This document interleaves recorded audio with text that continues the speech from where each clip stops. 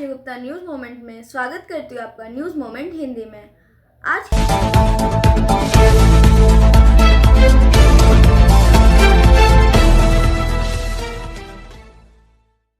की खबरों की सुर्खियां कुछ इस प्रकार है।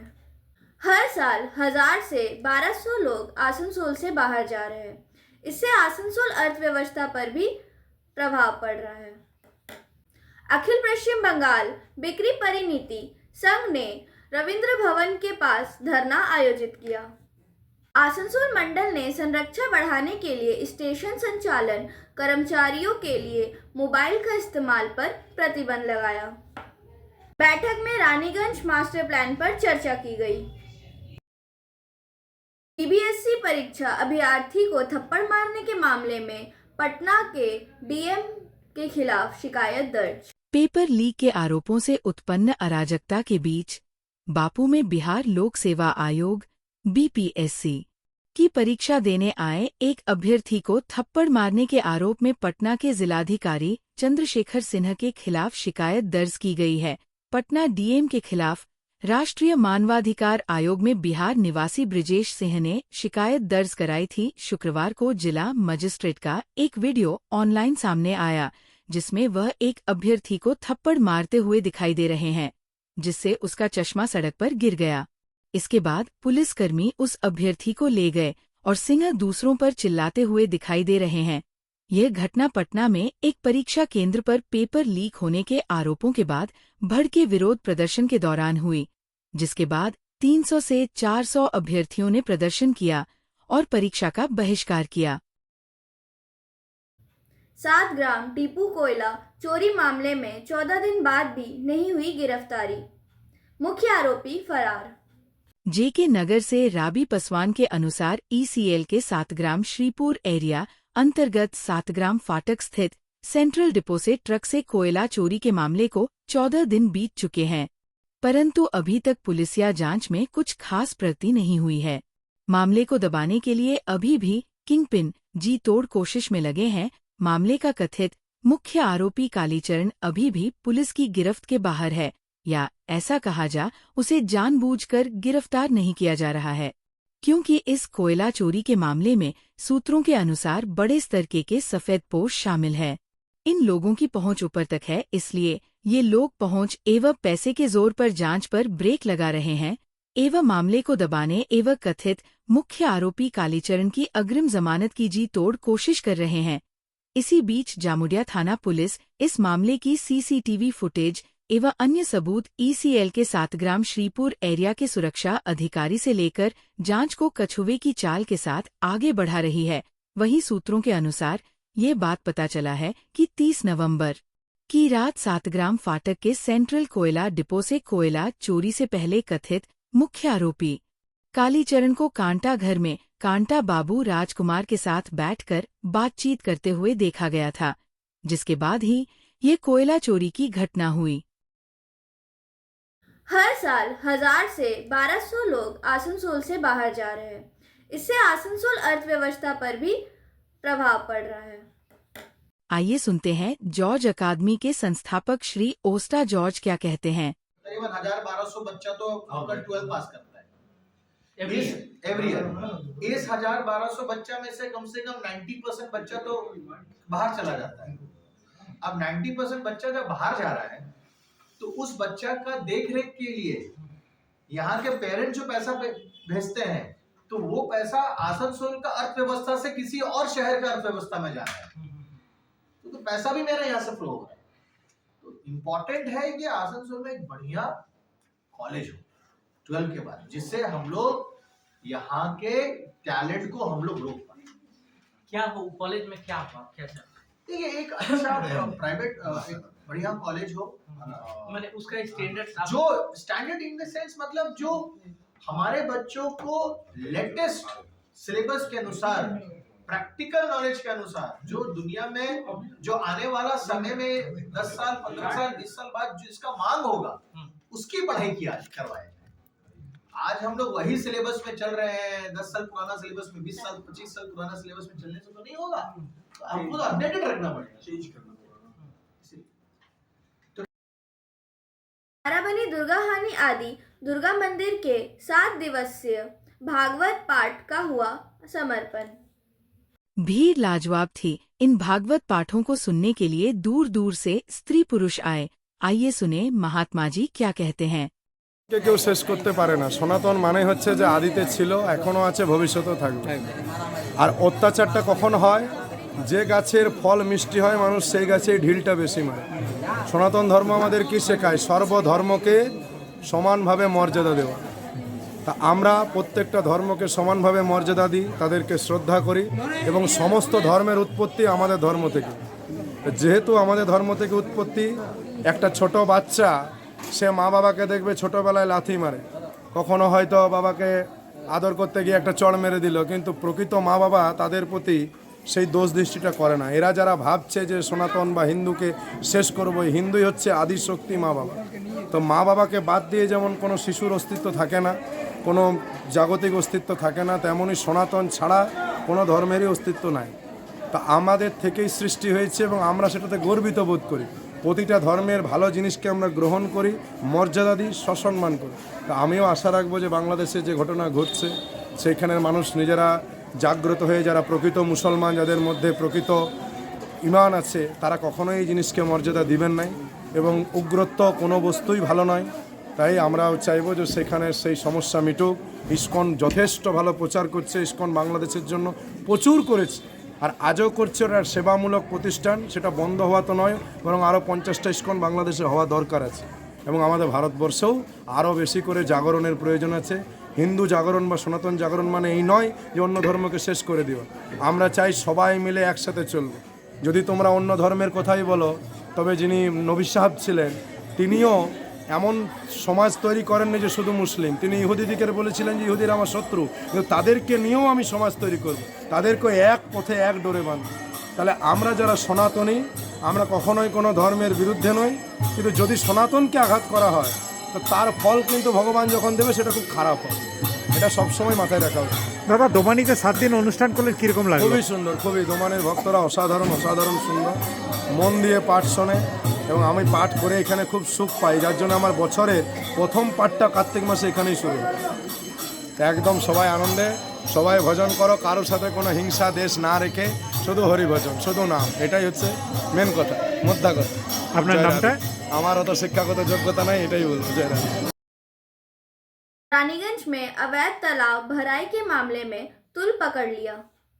बीते एक सप्ताह से रानीगंज मौजा के हालदार बांध तालाब के पास अवैध तरीके से तालाब भराई का काम चल रहा था।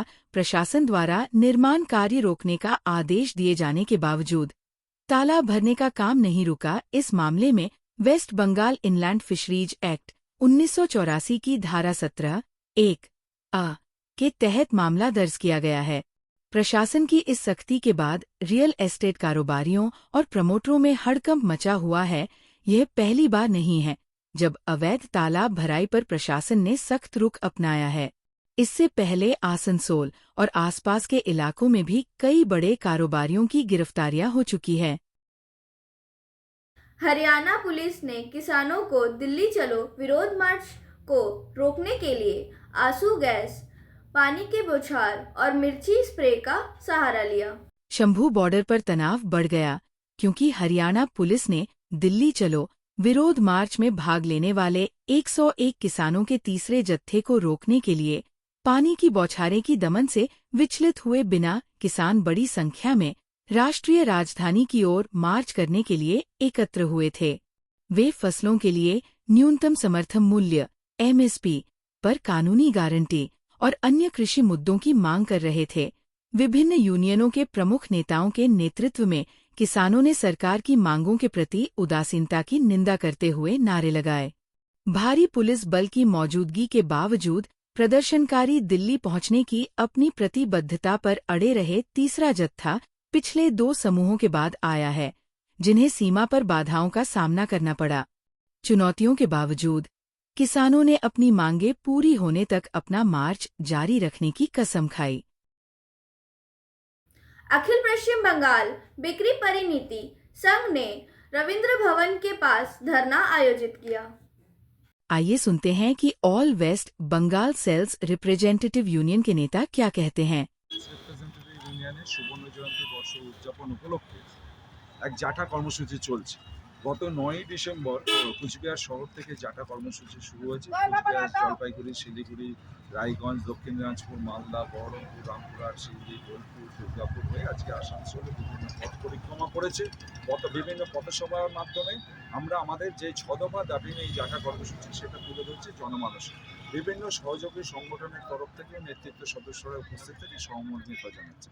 আমরা যে জাটা কর্মসূচি 6 দফা দাবি রেখেছি তার অন্যতম কারণ হচ্ছে স্বাস্থ্য ব্যবস্থাকে যেভাবে বেসরকারিকরণ করা হচ্ছে, ছলে বলে কৌশলে বিমান নামে সে আয়ুষ্মান ভারত স্বাস্থ্য খাতে এই যে বিমা দিয়ে সাধারণ মানুষকে তার মৌলিক অধিকার, স্বাস্থ্য যে একটা মৌলিক অধিকার সেটাকে খর্ব করার চেষ্টা চালাচ্ছে। আমরা বলছি বিমা নয়, সার্বজনীন স্বাস্থ্য পরিষেবা সকল মানুষের জন্য দিতে হবে। ওষুধের ওপর যে জিএসটি, স্বাস্থ্য সরঞ্জামের উপর জিএসটি 5 থেকে 18% লাগিয়ে রেখেছে সরকার, সেই জিএসটি সম্পূর্ণভাবে তুলে নেবার জন্য আমরা আমাদের সংগঠনের তরফ থেকে বারবার দাবি করছি। জায়গা থেকে সেই দাবি করছি যাতে সাধারণ খেটে খাওয়া মানুষও উপকৃত হবে। নিত্য প্রয়োজনীয় জিনিসের যেভাবে মূল্য বৃদ্ধি হচ্ছে সেই দিকে কোনো সরকারি কর্ণপাত নেই। সর্ষের তেল প্রায় 180 টাকা, আনাজ প্রায় 100 টাকা আশেপাশে করছে। সেদিকে দাঁড়িয়ে সরকারের ভূক্ষেপ নেই যে নিত্য প্রয়োজনীয় জিনিসের মূল্যবৃদ্ধি নিয়ন্ত্রণে ব্যবস্থা। ওষুধেরও যেমন দাম বৃদ্ধি হচ্ছে সেদিকেও সরকার বাহাদুরের ভূক্ষেপ নেই। জিনিসপত্রের দাম প্রত্যেক দিন বেড়ে চলছে, সেদিকে দাঁড়িয়ে ভূক্ষেপ নেই। তাই সরকারি হস্তক্ষেপ চাইছি জাটার মাধ্যমে এবং চাইছি যে সমকোট যে কেন্দ্রীয় সরকার চালু করতে চাইছে এবং রাজ্য সরকারগুলোকে চাপ দিচ্ছে যে সমকোট শ্রমজীবী মানুষের স্বার্থ সুরক্ষা করবে না। আমরা দেখেছি সমকোটের যে সুপারিশগুলো রয়েছে, সেলস ওয়ার্কারদের জন্য যে ট্রাইপার্টাইট কমিটি ছিল বা sales promotion employees act service and condition 1977, সেই অ্যাক্টকে যাতে সুরক্ষিত থাকে সেগুলোকে অ্যাবলিশ করে দেওয়ার চেষ্টা হচ্ছে। ওয়ার্কিং জার্নালিস্টদের যে আইন ছিল সেই আইনগুলোকে ধূলিসাৎ করে দিচ্ছে সমকটের মাধ্যমে। এফটির মাধ্যমে রিক্রুটমেন্ট, ঠিকাপদায় নিযুক্তি করা, বিভিন্ন ক্ষেত্রে মিলিটারি, ব্যাংক, বিমা থেকে শুরু করে শিক্ষাক্ষেত্রে, চিকিৎসা ক্ষেত্রে যে এফটি চালু করছে সেটাকে বাতিল করতে হবে। হায়ার অ্যান্ড ফায়ার নীতি নিচ্ছে এই সরকার পক্ষ। আর সর্বোপরি যে বৈষম্য সারা বিশ্ব জুড়ে এবং ভারতবর্ষে ঘনকুবে আদানি আম্বানির সম্পদ গত 5-6 বছরে 5 গুণের বেশি হয়ে গেছে। আর একদিকে বৈষম্য যেখানে মিনিমাম ওয়েজেস বা ফ্লোর লেভেল ওয়েজেস 178 টাকা ডিক্লেয়ার করছে। ভেবে দেখুন কোন নিদারুণ ভারতবর্ষ। যখনই আপনি আন্দোলন করতে যাবেন, প্রতিবাদ করবেন, দাবি করবেন, তখনই আপনাকে ইউপিএ দ্বারায় জেলে ভরে দেওয়া হবে। ধর্মের নামে, বর্ণের নামে শ্রমজীবী মানুষকে বিভাজন করার খেলায় মত্ত রয়েছে বিভিন্ন রঙের সরকার, বিভিন্ন স্তরের সরকার। তার বিরুদ্ধে দাঁড়িয়ে জাটা কর্মসূচি। তাই সকল স্তরে খেটে খাওয়া মানুষকে আহ্বান জানাবো জাটাতে সামিল হন। বৃহত্তর মোর্চা করার লক্ষ্যে বঞ্চিত শ্রমজীবী মানুষ, কোটি কোটি শ্রমজীবী মানুষের সংগতির স্বার্থে all West Bengal sales representative union তার 50 বছরের যে আন্দোলন ইতিহাস ধারাবাহিকতা রয়েছে তাকে পাথেয় করে কোনো সংসদীয় দলীয় রাজনীতির ঝকঝায় না থেকে এই সংগঠন যে আন্দোলন করছে, পেশার সমস্যা, ওষুধ কোম্পানিতে ছাঁটায়, বদলি, মাইনে কাটা, ভিআইপির নামে হ্যারাসমেন্ট, তারপর হচ্ছে সার্ভেলেন্স ডিজিটাল সিস্টেমের নামে, সেইগুলোর বিরুদ্ধে তারা যে আমরা আন্দোলন করি। বৃহত্তর ক্ষেত্রে জল, জমি, জঙ্গল যেখান থেকে উচ্ছেদ উৎখাত হয়েছে তার সাথে থেকে আমরা সংগতি জানাতে এই জাটা কর্মসূচি। আপনার নাম? আমি all West Bengal sales representative ইউনিয়নের অন্যতম সম্পাদক। आसनसोल मंडल ने संरक्षा बढ़ाने के लिए स्टेशन संचालन कर्मचारियों के लिए मोबाइल का इस्तेमाल पर प्रतिबंध लगाया। आसनसोल पूर्व रेलवे के आसनसोल मंडल ने ड्यूटी के दौरान स्टेशन मास्टर और पॉइंट्समैन सहित परिचालन कर्मचारियों द्वारा मोबाइल फोन के इस्तेमाल पर प्रतिबंध लगाकर रेलवे संरक्षा को मजबूत करने की दिशा में एक महत्वपूर्ण कदम उठाया है। ट्रेन परिचालन में संरक्षा के उच्चतम मानकों को सुनिश्चित करने और निर्बाध परिचालन को ध्यान में रखते हुए ये निर्णय लिया गया है। यह प्रतिबंध तत्काल प्रभाव से ट्रेन की आवाजाही और स्टेशन प्रबंधन से सीधे जुड़े कर्मचारियों पर लागू होता है। ये कर्मचारी परिचालन दक्षता और यात्री संरक्षा बनाए रखने में महत्वपूर्ण भूमिका निभाते हैं। मोबाइल के इस्तेमाल को प्रतिबंधित करके मंडल का उद्देश्य संभावित विकर्षणों को खत्म करना है, जो सुरक्षा प्रोटोकॉल और परिचालन कर्तव्यों के निर्बाध निष्पादन से समझौता कर सकते हैं। इस निर्देश के अनुपालन की निगरानी के लिए कड़े उपाय लागू किए जाएंगे। कर्मचारियों को निर्देश दिया गया है कि वे अपनी शिफ्ट शुरू करने से पहले अपने मोबाइल फोन निर्धारित स्थानों पर जमा कर दें। इसे आपातकालीन स्थितियों में परिचालन कर्मचारियों के साथ आधिकारिक संचार प्रणालियों के माध्यम से सुगम बनाया जाएगा। ये पहल संरक्षा बढ़ाने के उद्देश्य से सर्वोत्तम उपाय को अपनाने में रेलवे के सक्रिय दृष्टिकोण को दर्शाती है। ये दुर्घटना मुक्त परिचालन सुनिश्चित करने और सुरक्षासचेत कार्य वातावरण को बढ़ावा देने के लिए रेलवे की व्यापक प्रतिबद्धता के अनुरूप है। दिल्ली पुलिस को मिली बड़ी कामयाबी। दिवाली के दिन चाचा भतीजे की गोली मारकर हत्या कर दी गई थी। इस मामले में फरार बदमाश सोनू से बागपत मेरठ के पास मुठभेड़ हुई। उसे गंभीर अवस्था में अस्पताल ले जाया गया। इलाज के दौरान इस बदमाश ने दम तोड़ दिया। सोनू मटका पहले हाशिम बाबा गैंग से जुड़ा था। दीपावली के दिन पैर छूकर चाचा आकाश और भतीजे ऋषभ की हत्या को अंजाम दिया गया था। इस डबल मर्डर केस में एक नाबालिग पहले पकड़ा गया था। ये सोनू मटका फरार था। सोनू मटका ने ही चाचा भतीजे पर गोली चलाई थी। सोनू मटका हत्या, लूट, हत्या की कोशिश के 10 से ज्यादा मुकदमे दर्ज है। 2021 में वो तिहाड़ जेल से पैरोल पर बाहर आया और तब से फरार है। सोनू मटका के कब्जे से पिस्टल और कारतूस बरामद हुए हैं। 31 अक्टूबर 2024 को दिवाली की पूर्व संध्या पर आकाश शर्मा @छोटू और उनके भतीजे ऋषभ नाम के 2 व्यक्तियों की उनके घर के सामने पटाखे फोड़ते समय हमलावरों ने गोली मारकर हत्या कर दी थी। इसके बाद फर्श बाजार थाने में एक केस दर्ज किया गया। जांच के दौरान एक आरोपी को गिरफ्तार किया गया, जिसने इस घटना में शूटर का नाम अनिल @सोनू @मटका बताया था। वो लाहौरी गेट पुलिस थाने के एक केस में भी वांछित है। उसकी गिरफ्तारी पर दिल्ली पुलिस ने 50,000 रुपए का इनाम घोषित किया था। सोमवार को लोकसभा में एक राष्ट्र एक चुनाव विधेयक पेश किया जाएगा। लोकसभा के साथ साथ राज्य और केंद्र शासित प्रदेशों की विधानसभाओं के चुनाव एक साथ कराने के लिए विधेयक सोमवार को केंद्रीय विधि एवं न्याय मंत्री अर्जुन राम मेघवाल द्वारा लोकसभा में पेश किया जाएगा। गुरुवार को कैबिनेट ने संविधान 129वां संशोधन विधेयक 2024 और केंद्र शासित प्रदेश कानून संशोधन विधेयक 2024 को मंजूरी दे दी और शुक्रवार शाम को इसे सांसदों को भेज दिया। मसौदा विधेयक के अनुसार एक साथ चुनाव एक नियत तिथि से लागू होंगे, जिसे आम चुनाव के बाद लोकसभा की पहली बैठक में राष्ट्रपति द्वारा अधिसूचित किया जाएगा। संविधान संशोधन विधेयक के अनुसार इस नियत तिथि के बाद निर्वाचित सभी राज्य विधानसभाओं का कार्यकाल लोकसभा के पूर्ण कार्यकाल के साथ समाप्त हो जाएगा, जिससे एक साथ चुनाव का रास्ता साफ हो जाएगा। बैठक में रानीगंज मास्टर प्लान पर चर्चा की गई। आइए सुनते हैं पश्चिम बर्धमान के जिला मजिस्ट्रेट क्या कहते हैं। আমাদের আজকে যেটা রানীগঞ্জ মাস্টার প্ল্যান, যেটা রানীগঞ্জ কোলফিল্ড এরিয়া, যেটা আমাদের রিহ্যাবিলিটেশন প্ল্যান, যে সাবসিডেন্স প্রোন এরিয়া যেটা আছে ওটা নিয়ে যেটা প্রজেক্ট চলছে, যেটা ওখানে ইন্ডাস্ট্রিয়াল ডিপার্টমেন্ট, আমাদের industrial and commerce enterprise department nodal department, তারপরে হাউসিং ডিপার্টমেন্ট, ওদিকে ফ্ল্যাটগুলো তৈরি হচ্ছে ওনাদের রিহ্যাবিলিটেশন এডিডিএ হচ্ছে আমাদের এখানে নোডাল অফিস হিসাবে কাজ করছে। ওটার একটা ডিস্ট্রিক্ট কমিটি আছে যেটা এগুলো নিয়ে শিফটিং ইত্যাদি ইস্যুগুলো নিয়ে আলোচনা করার। ওই কমিটির মিটিং আজকে হলো মাননীয় মন্ত্রী স্যার মালাই গডক স্যারের চেয়ারম্যানশিপে একটা মিটিং হলো। ওখানে চেয়ারম্যান এডিডিএ ছিলেন, মাননীয় সভাধিপতি মহাশয় ছিলেন, এমএলএ জামুরিয়া ছিলেন, বাকি সমস্ত আধিকারিকরা ছিলেন।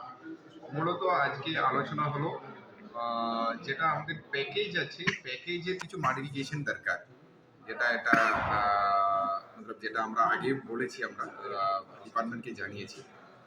কেন ওই যে পুরোনো 2009-এ এই প্যাকেজটা তৈরি হয়েছিল, এখন দেখুন 15 বছর বেশি হয়ে গেছে।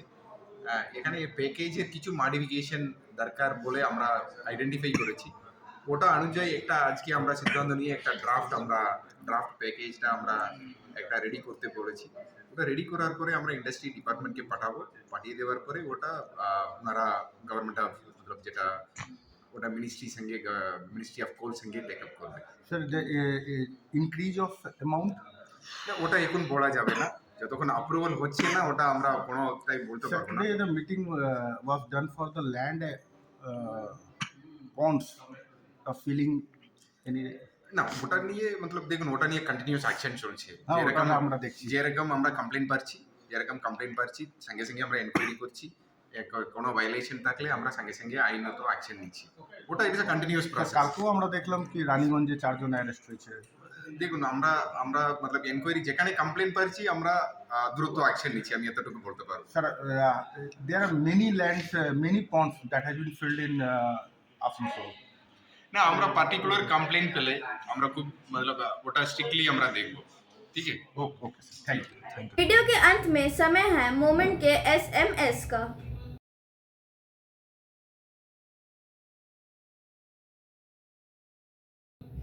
उम्मीद है आपको आज का हमारे वीडियो पसंद आया हो। अगर आपको हमारे वीडियो पसंद आया तो कृपया इसे लाइक करें, शेयर करें और सब्सक्राइब करें हमारे चैनल को और बेल आइकन दबाना ना भूलें। धन्यवाद।